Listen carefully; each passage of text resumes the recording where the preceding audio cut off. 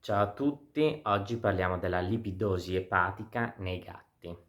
Fondamentalmente in questo video cercherò di spiegarvi che cos'è la lipidosi epatica e fondamentalmente cercherò anche di soffermarmi sul fatto che è molto importante che quando il vostro gatto smette di mangiare è necessario non aspettare troppo per evitare fondamentalmente in primis che il gatto vada in lipidosi epatica e secondariamente se è in lipidosi epatica questo attendere troppo fa sì che la prognosi chiaramente sia infausta, quindi fondamentalmente in questo video cercherò di spiegarvi quanto è molto importante portare il vostro gatto al medico veterinario quando il gatto comincia a non mangiare, perché è importante fare diagnosi, perché nel caso della lipidosi epatica instaurare subito un'alimentazione forzata è fondamentale nella gestione della patologia. Partiamo subito con che cos'è la lipidosi epatica. Già il termine lipidosi epatica vi aiuta, lipidosi, lipidi, epatica, fegato, abbiamo capito che c'entrano i lipidi e c'entra il fegato. Fondamentalmente è un eccessivo accumulo di lipidi all'interno degli epatociti, che sono le cellule del fegato, che fondamentalmente causa una diminuzione dell'attività del fegato stesso. Questo avviene fondamentalmente quando abbiamo il digiuno e abbiamo una mobilitazione dalla periferia dei lipidi verso il fegato e quindi i lipidi si accumulano all'interno dei nostri epatociti e non fanno funzionare correttamente il fegato. Questa è una risposta chiaramente al digiuno.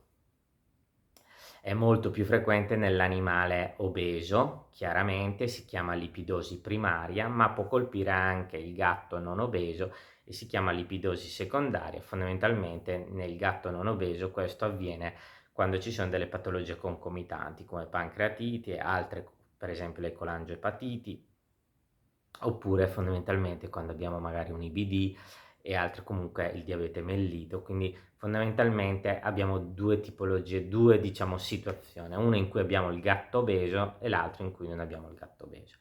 Oltre a questa ipermobilitazione di lipidi dalla periferia verso il fegato abbiamo anche ovviamente una diminuzione delle proteine perché il gatto non sta mangiando e quindi vengono a mancare degli amminoacidi essenziali come per esempio la metionina che è essenziale per la produzione di glutatione che serve ovviamente al fegato, oltre che alla taurina chiaramente che è un altro fondamentalmente amminoacido essenziale nel gatto e alla carnitina che serve poi per la produzione di arginina. Fondamentalmente quello che ci interessa in questo video è capire quello che avviene. Noi abbiamo un gatto tendenzialmente obeso che a un certo punto smette di mangiare. Questo tipo di digiuno fa sì che a livello periferico le sue diciamo riserve adipose vengono chiaramente liberate in modo improvviso a causa del digiuno perché il gatto non sta mangiando. Ovviamente questo, se il proprietario si accorge e porta immediatamente il proprio gatto al medico veterinario, viene ovviamente subito tamponato, ma se questo gatto è a digiuno da diversi giorni, chiaramente questo poi instaura questa patologia che si chiama lipidosi epatica.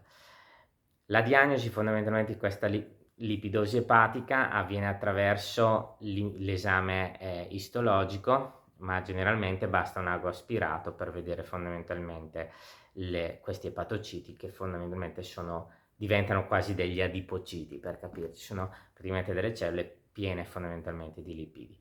Quindi ovviamente l'esame ecografico è importante per fare diagnosi differenziale con altre patologie che possono colpire il fegato come le colangiopatiti che ne parleremo in un altro video oppure altre patologie come per esempio il linfoma o altre patologie che colpiscono fondamentalmente il tratto anche gastroenterico perché fondamentalmente la sintomatologia, i segni clinici, i segni e sintomi della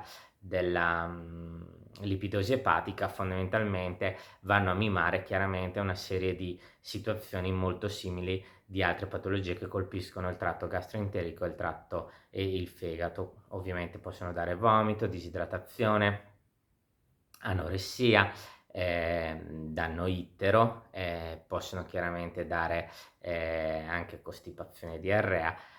Fondamentalmente quindi vedete che i segni clinici sono abbastanza simili a quelli di altre patologie epatiche. A livello degli esami del sangue ovviamente abbiamo alterazioni a livello degli enzimi pancreatici. È molto interessante vedere che fondamentalmente la gamma GT, che è una transaminasi molto utile in corso di colestasi, colangiopatiti per esempio nel gatto, fondamentalmente in questo caso è molto bassa nella lipidosi epatica rispetto alle colangiopatiti e alla colestasi, mentre invece la fosfatasi alcalina si alza sia nella lipidosi che nelle altre patologie che colpiscono di solito le vie biliari nel gatto. Quindi è molto importante eseguire anche l'esame del sangue, perché ti permette chiaramente di vedere questa differenza. Se abbiamo la fosfatasi alta e la gamma CT bassa, probabilmente siamo in corso di lipidosi, mentre invece se si alzano tutte e due probabilmente c'è un problema di colestasi. Una volta quello che ci troveremo alla palpazione è un fegato enorme e tendenzialmente, come vi spiegavo prima, colpisce i gatti obesi. Non sembra esserci predisposizione di sesso, c'è questa curiosità che sembrerebbe colpire più i gatti americani rispetto per esempio agli europei e agli asiatici, anche se sembrerebbe legato più che altro al fatto che i gatti americani probabilmente vivono più in casa rispetto a quelli europei e quindi la sedentarietà predispone chiaramente l'obesità. Non sembra esserci, ripeto, predisposizione di sesso e neanche di razza. Fondamentalmente poi, come vi dicevo prima, c'è la lipidosi secondaria che invece colpisce anche gatti tendenzialmente magri, cioè magri o moderatamente diciamo in sovrappeso, non obesi, però ovviamente che a seguito di un digiuno prolungato causato da un'altra malattia chiaramente manifestano poi la lipidosi epatica. Fondamentalmente la prognosi di questa patologia è riservata, ma è molto legata alla tempestività del proprietario di accorgersi che il proprio gatto non sta mangiando e quindi portarlo immediatamente al medico veterinario, perché la terapia fondamentalmente è quella di diciamo ridurre tutta la sintomatologia, come abbiamo detto, vomito, quindi antiemetici, disidratazione, fluidoterapia, ma è quella fondamentalmente di impostare immediatamente un'alimentazione forzata tramite sonda gastrica o sonda nasogastrica, che permetterà poi di alimentare forzatamente l'animale e di introdurre chiaramente quella quota proteica che è utile chiaramente per andare a contrastare questo meccanismo, questo circolo vizioso che si genera la lipidosi epatica, dalla mobilitazione di questi grassi e dalla carenza di proteine perché l'animale non sta mangiando. Poi si somministra l'S-adenosilmetionina per, ripeto, la formazione del glutatione, e fondamentalmente l'animale dovrebbe essere inizialmente ricoverato, quindi alimentato forzatamente per una settimana in ricovero, poi gestito anche a casa per altre settimane. Generalmente bisogna chiaramente capire la causa che ha generato il digiuno.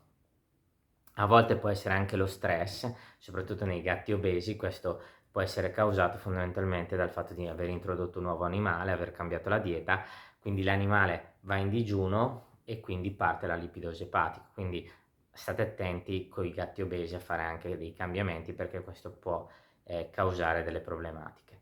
Mentre invece nella lipidosi secondaria chiaramente va gestita la patologia secondaria, altrimenti chiaramente la prognosi è estremamente riservata, perché chiaramente il gatto non migliorerà. Finiamo questo video ricordando una cosa: avete un gatto magari in sovrappeso, un gatto obeso che smette di mangiare improvvisamente, non aspettate troppo, portatelo subito al medico veterinario per capire la causa.